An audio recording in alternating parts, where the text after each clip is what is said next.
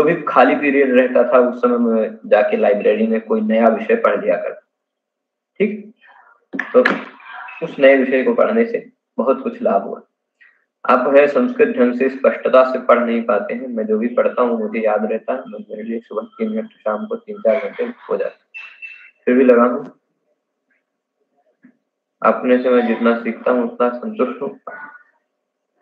देखिए ये अच्छा प्रश्न है शैलेंद्र जी, संतुष्ट नहीं होना चाहिए। मैं भी अपने आप से अभी भी संतुष्ट नहीं। हाँ, लेकिन मैं आपसे ऐसा कह सकता हूँ कि मैं आपसे संतुष्ट हूँ, क्योंकि आप हम आयु के पड़ाव में हमसे भी काफी आगे हैं, और इस आयु की स्थिति में अगर आप इतना ज्यादा समय दे रहे हैं अपने अध्ययन को, तो इसका मतलब है आप अपने लक्ष्य के प्रति सचेत हैं। तो इतना मैं मानता हूँ शैलेंद्र जी, आप एक विषय पढ़ें रोज, 2 विषय पढ़ें रोज, पर अपने आप से पूछें, जरूर पूछें रोज की हमें मिला कुछ कि नहीं मिला, हमें मिला कुछ कि नहीं मिला। क्या अब इस विषय का कोई प्रश्न आएगा तो हम गलत कर देंगे क्या? क्या कहीं मेरे ये प्रश्न गलत तो नहीं होगा?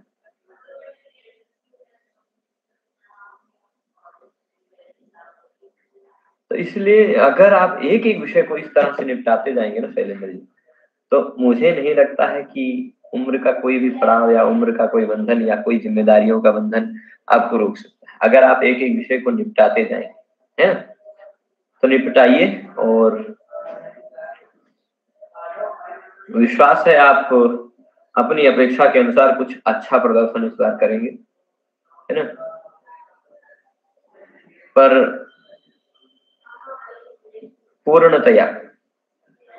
पूर्णतया संतोष हमें तभी होगा शैलेंद्र जी, 1-2-3 लोग हमारी नजर में हैं, एक विशेष करके विष्णु जी, आप हैं, ऐसे कुछ लोग हैं जो अगर नेट हो जाएंगे तो मुझे लगेगा कि मैं अपने जीवन में सफल हुआ हूँ। सच में मुझे अपनी सफलता लगेगी, कि क्योंकि आप जैसे लोगों, कुछ लोगों को मैं जिनको अपने आसपास के कारण जानता हूँ, है ना,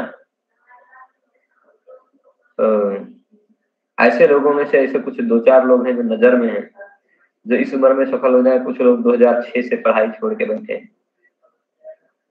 है ना। कुछ एक विष्णु जी तो 2007-8 में पीएचडी हैं, 2007-8 के पीएचडी हो चुके हैं, और क्या बताएं, है ना। तो अभी भी लगे रहना मतलब बहुत बड़ी बात है। और आप सोचिए कि वो व्यक्ति जो सरकारी, विष्णु जी कुछ लोगों के लिए, आप सबके लोग कुछ लोगों के लिए आदर्श बन सकते हैं, ऐसे हैं उनके, उनकी प्रशंसा नहीं कर सकता, अभी है नहीं इसलिए प्रशंसा कर दे रहा हूँ। विष्णु जी ऐसे हैं कि सोचिए उनके उनके घर में गया हूँ, उनकी 2 बेटियां हैं, उनकी आयु का अनुमान लगा लीजिए, 2 बेटियां हैं, दोनों बेटियों की शादी हो चुकी है, एक बेटी के एक बेटा भी है, ठीक है। तो आप, वो नाना बन चुके हैं विष्णु जी, ऐसी उम्र है, और इस उम्र में वो नेट की तैयारी भी काफी दिनों से कर रहे थे, वैसे ही पेपर दे दिया करते थे बिना तैयारी के ही, नहीं हो पाए थे। लेकिन कुछ लोगों ने बोला था कि तुमसे नहीं होगा, उन्हीं लोगों को दिखाने के लिए कि हाँ हमसे होगा, तो वो एक गुरुजी से संपर्क किए, और उन गुरुजी ने हमारा संपर्क लिया, अध्ययन करना शुरू किए, लगा सब्सक्रिप्शन भी लिया उन्होंने, और आज कुछ अच्छी स्थिति में है। हाँ, संतोषजनक स्थिति में नहीं है, लेकिन सच में उन्होंने मेहनत की।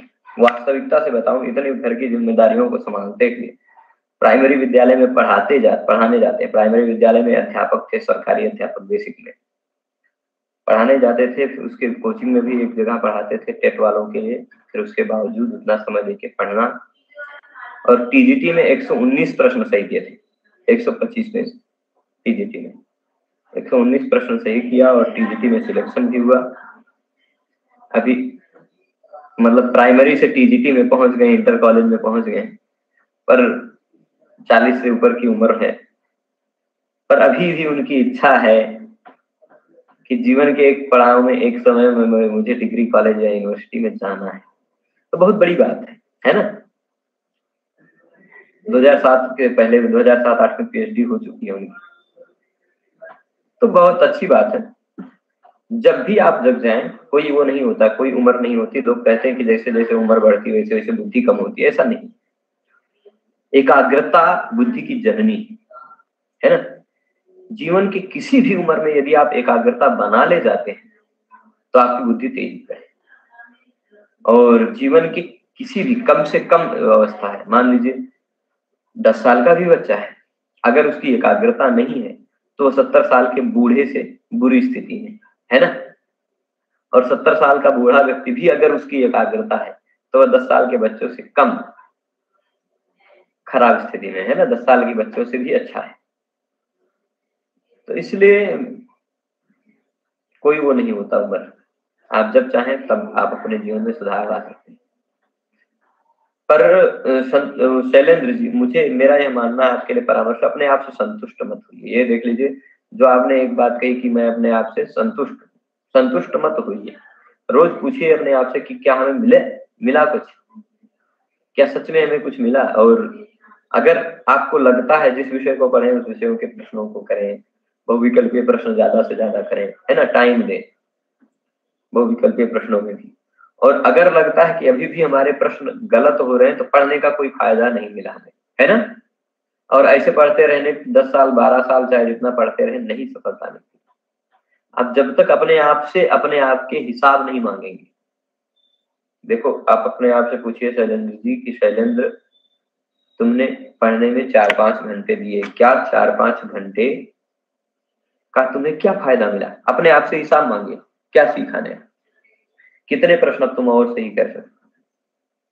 ऐसे अगर आप सीख लेंगे ना, शुरुआत कर देंगे अपने आप से हिसाब मांगना सभी के प्रति, तो फिर आप सच में आउटपुट कुछ दे पाएंगे। आउटपुट मतलब कुछ नया दे पाएंगे कि हाँ आप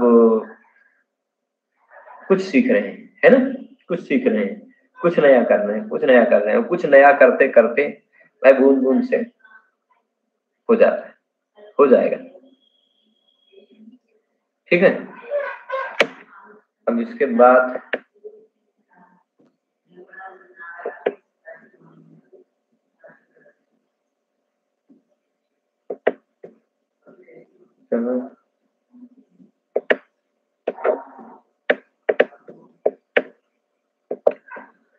ये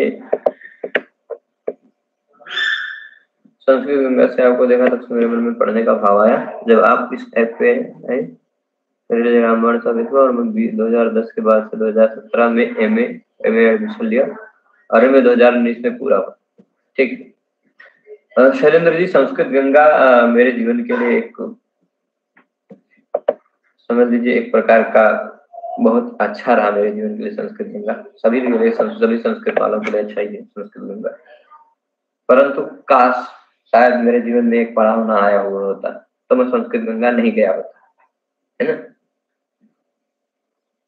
एक झगड़ा हुआ, उस झगड़े से फिर ऐसा हुआ कि मुझे लगा कि अब घर छोड़ देना चाहिए। नहीं तो प्रयागराज में मैं संस्कृत गंगा में जुड़ा हूँ नवंबर 2019 में, है ना। संस्कृत गंगा में नवंबर 2019 में जुड़ा हूँ, और जबकि प्रयागराज में रह रहा था मैं फरवरी 2019।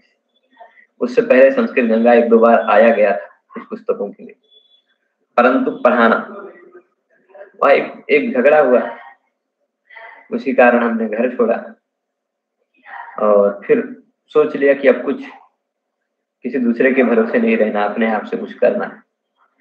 फिर चला गया, सोचा कि अब पढ़ाएंगे।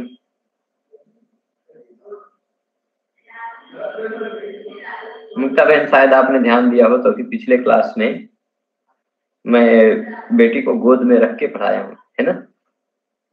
तो कभी कभी ऐसा भी करता हूँ, जैसे मान लीजिए उन्हें कुछ काम करना होता है तो करना पड़ता है कभी कभी।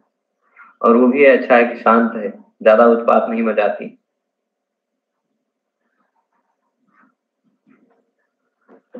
तो बस संस्कृत गंगा चला गया, और संस्कृत गंगा में ले जाने का श्रेय रवि जी हैं। उन्होंने कहा विचित्र है,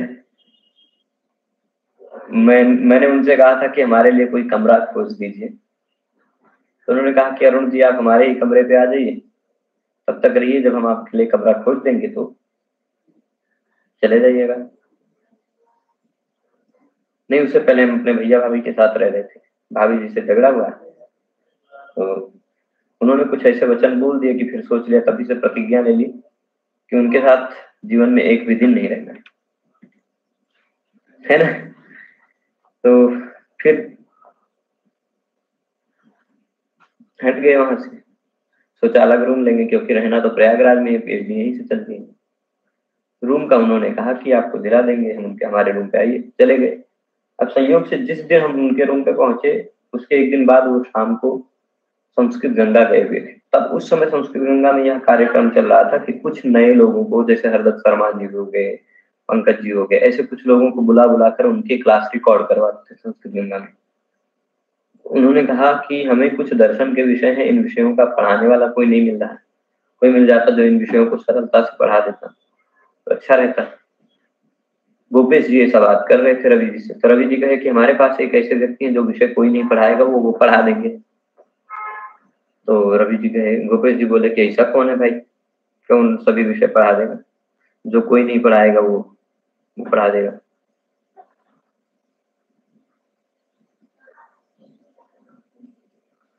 अच्छा, पीजीटी संस्कृत में हो गया था मुक्ता जी, फिर भी कैसे हो गया, ऐसा कैसे? तो फिर कहे कहाँ रहते हैं, वो कौन है, तो नाम बताया उन्होंने। कहाँ रहते हैं, तो कहे हमारे रूम पे ही रहते हैं। कहे अरे आप ऐसा कैसे कह रहे हैं, आपके रूम पे रहते हैं और आप बताए नहीं। कहे कल ही आए हैं हमारे रूम पे, तो कहे उनसे मिलवाइए, मिलाए। तो उन्होंने गोपेश जी ने कहा कि आपको ये क्लास रिकॉर्ड कीजिए। फिर हमने महाभाष्य पढ़ाया था, तभी से सबको अच्छा लगा, काफी अच्छा लगा, लोगों ने बोला कि आप पढ़ाते रहिए। अच्छा, शिक्षा शास्त्री को शामिल नहीं किया था इसमें। चलिए, भगवान करे आपका केस फाइनल हो जाए। कोई बात नहीं, एक नहीं मिलता है मौका तो दूसरा आता है। शैलेंद्र जी, आपने जो चार्ट भेजा है, ये चार्ट तैत्तिरीय उपनिषद के अनुसार है, बहुत अच्छा, ठीक है।